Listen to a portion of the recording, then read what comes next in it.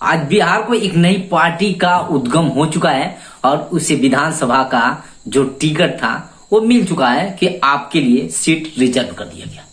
जहां भारतीय जनता पार्टी को हराकर उसने जिस तरीके से इस मुकाबले को अपने हाथ में किया, 19,324 वोट से नीरज सिन्हा को हराया, उसके बाद से प्रशांत किशोर भी राहत की सांस लेते हुए जो तमाम तरह के स्ट्रेटेजी बनाकर दूसरे को सीएम पीएम और न जाने कितने स्तर तक उन्होंने काम किया, लेकिन 2025 में जब वे खुद की पार्टी के लिए चुनाव लड़ते हैं तो एक भी सीट नहीं पाते। जहां तक जमानतें जब्त हो जाती है, लेकिन प्रशांत किशोर हार नहीं मानते हैं और कहते हैं एक बार मैं फिर से बिहार में लौटूंगा। वहीं प्रशांत किशोर बांकीपुर से उपचुनाव में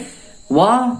बिगुल फूकते हैं, उसके बाद से वे खुद उम्मीदवार बनते हैं और जिस तरीके से परफॉर्मेंस किया और भाजपा और आरजेडी का वोट शेयर करते हुए 18 और 28 का उन्हें फायदा मिला और इस मुकाबले में उन्होंने एक तरफा ये वन साइडेड मुकाबले में उन्हें जीत कर दी। इस पूरे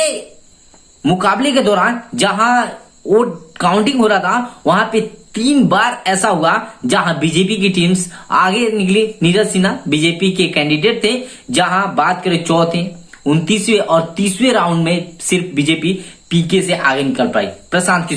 किशोर बहुत वे स्ट्रेटजी के साथ चलते थे, दूसरे को सीएम बनाते थे, लेकिन उनकी जब बारी आई थी तो वे सुपर फ्लॉप गए थे 2025 में, लेकिन हार नहीं मानी। बांकीपुर के चुनाव में उन्हें मौका लगा और खुद उतर पड़े। जहां आरजेडी की बात करें तो इस मुकाबले में वह कहीं भी नजर नहीं आई और रेखा गुप्ता का जो था वह जमानत जब्त हो गई, क्योंकि तेजस्वी यादव विदेश घूमते रहे और इस चुनाव प्रचार में सिर्फ 2 टाइम्स उन्होंने भागीदारी निभाई और आरजेडी का उस तरीके से प्रदर्शन नहीं हुआ और उसका वोट शेयर बहुत घटा है, 18% वोट शेयर गया है।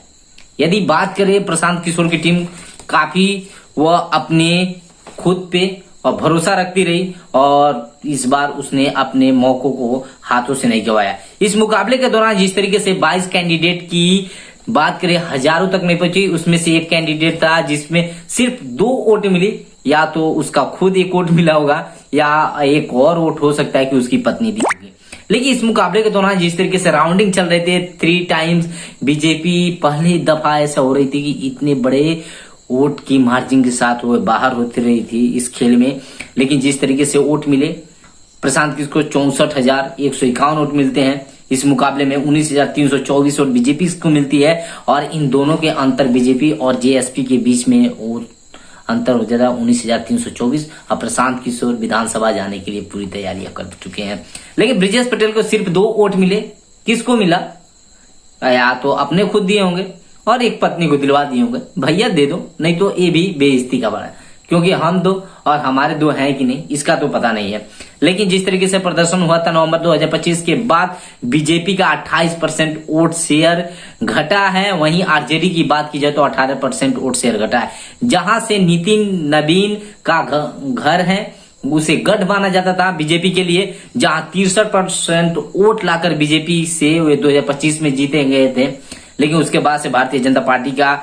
बिल्कुल जो था प्रदर्शन वो खराब रहा। लेकिन वोट शेयर की बात करें जहां पे वोट परसेंटेज में जनसुराज की पार्टी ने 49.22% रहा, वहीं बीजेपी की बात में 34.41 रहा, आरजेडी की टीम्स को 10.96 रहा, जहां रेखा गुप्ता उम्मीदवार थे। लेकिन बाकी 19 उम्मीदवारों की बात की जाए जहां नोटा से भी कम वोट मिले, जिसमें नोटा की बात की जाए तो 646 वोट मिले थे और 19 उम्मीदवारों को इनसे भी कम थे। इनकी मतलब जमानत पूरी जब्त हो गई या तो मजाक पूरी तरीके से होता। लेकिन बिहार का एक और नई पार्टी के साथ एक नया बिगुल देखने को मिलेगा। अब त्रिकोणीय जो होगा वो शब्दों का विधानसभा में जबवार होगा, क्योंकि एक तरफ